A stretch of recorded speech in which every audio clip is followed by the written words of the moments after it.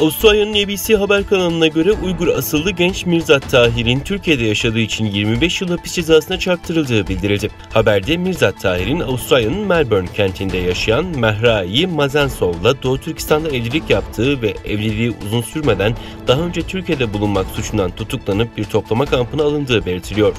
Eşi Mehari, kocasının güvenliği endişesiyle belli bir zaman sessiz kalmayı tercih ederek bırakılır düşüncesiyle durumu medyaya açıklamıyor. Ancak 2 hafta önce eşiyle ilgili yeni bilgiler edinen Mehari Mazansov'un bildiklerine göre Çin kocası Tahir'i Türkiye'de yaşadığı için bölücülük suçlamasıyla 25 yıl hapis cezasına çarptırdı.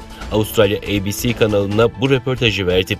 Gazeteciler kocasının sözde ayrılıkçılık bahanesiyle Çin tarafından 25 yıl hapis cezasına çarptırıldığını ve hükmün aslında çok saçma olduğunu, kocasının Çin'in iftirasındaki gibi ayrılıkçı olmadığını ve kendisinin sadece Uygur olduğu için mahkum edildiğini söyledi. Bilgilere göre Avustralya'da doğup büyüyen Mehari Hanım'ın eşi Mirzat Tahir'in de Avustralya'da uzun dönem oturma iznine sahip olduğu ifade edilirken Avustralya hükümetine çiftin yeniden bir araya gelmesine yardım etmesi için çağrı yapıldı.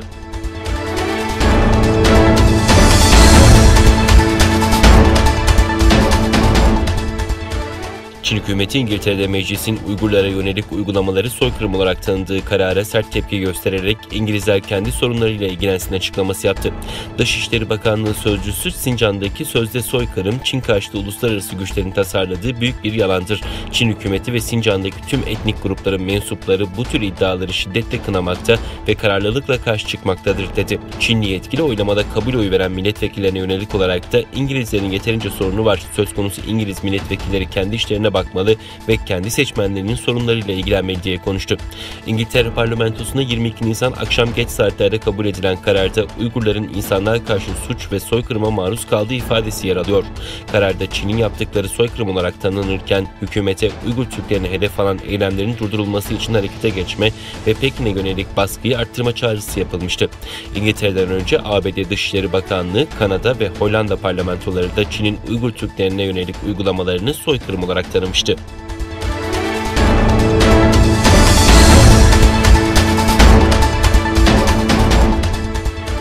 Voice of America'nın haberine göre Çin ordusunun Japonya'ya yönelik bir siber saldırıya karıştığı iddia edilirken Japon yargısı olayın ayrıntılarını araştırmaya başladı. Haberde Japon hükümeti Çin ordusuyla bağlantılı olduğuna inanılan bir grup hacker tarafından 20 Nisan'da yaklaşık 200 Japon şirketi ve araştırma enstitüsüne düzenlenen siber saldırıyı Japon polislerinin soruşturmaya başladığını bildirdi. Bakanlar Kurulu Genel Sekreteri gazetecilere verdiği demeçte Japon uzay ajansının siber saldırı vakasını detaylı soruşturması için savcılığa ilettiğini söyledi. Japonya Savunma Bakanlığı siber saldırıların Çin'in artan güvenlik tehdidinin bir parçası olduğunu vurguladı. Ayrıca Japon polislerinin elinde Çinli hacker grubunun Çin ordusunun talimatları üzerine 2016'dan 2017'ye kadar Japonya Uzay Ajansı'na bir dizi siber saldırı başlattığına ait belgelerin olduğu ifade ediliyor.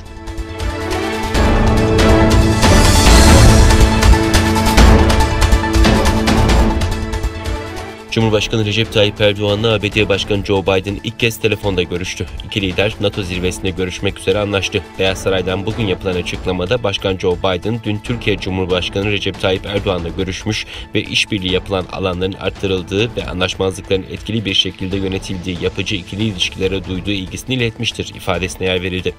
Liderlerin Haziran ayındaki NATO zirvesinde gerçekleştirilecek ikili bir görüşmede ikili ve bölgesel konuları görüşmek üzere anlaştığı belirtildi.